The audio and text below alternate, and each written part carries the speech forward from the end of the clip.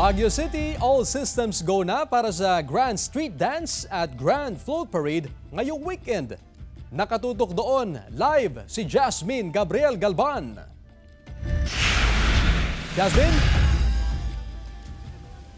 Chris, bumuhos man ang ulan ngayong hapon dito sa Baguio City, hindi ito hadlang para sa masayang selebrasyon ng Panagbanga Festival ngayong weekend.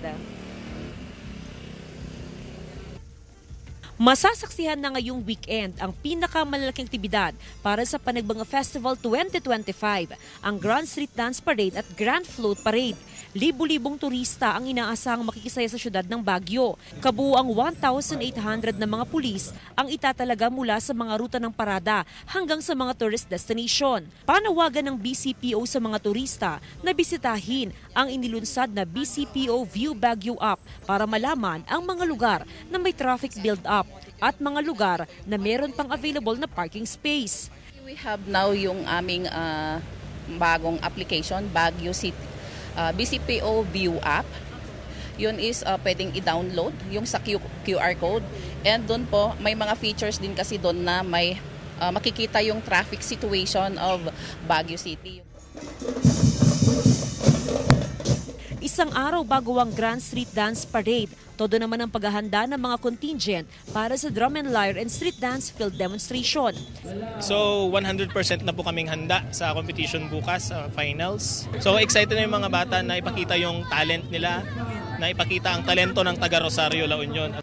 42 floral floats naman ang ipaparada sa araw ng Linggo. First time po namin maka-attend po dito ng Panagbenga po. Kasabay ng selebrasyon ng Panagbanga Festival, pinagbabawal nila ang pangangampanya ng national candidates mula sa parada hanggang sa mga aktibidad o programa ng festival.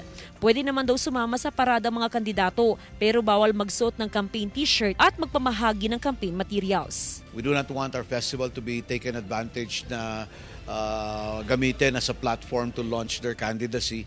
Ayaw natin yan, and we hope that the politicians would respect this. They have to conduct themselves properly and refrain from campaigning.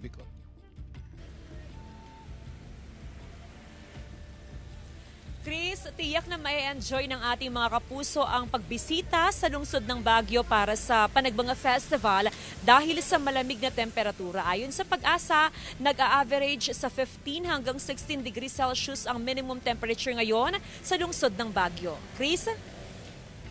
Maraming salamat, Jasmine Gabriel Galban.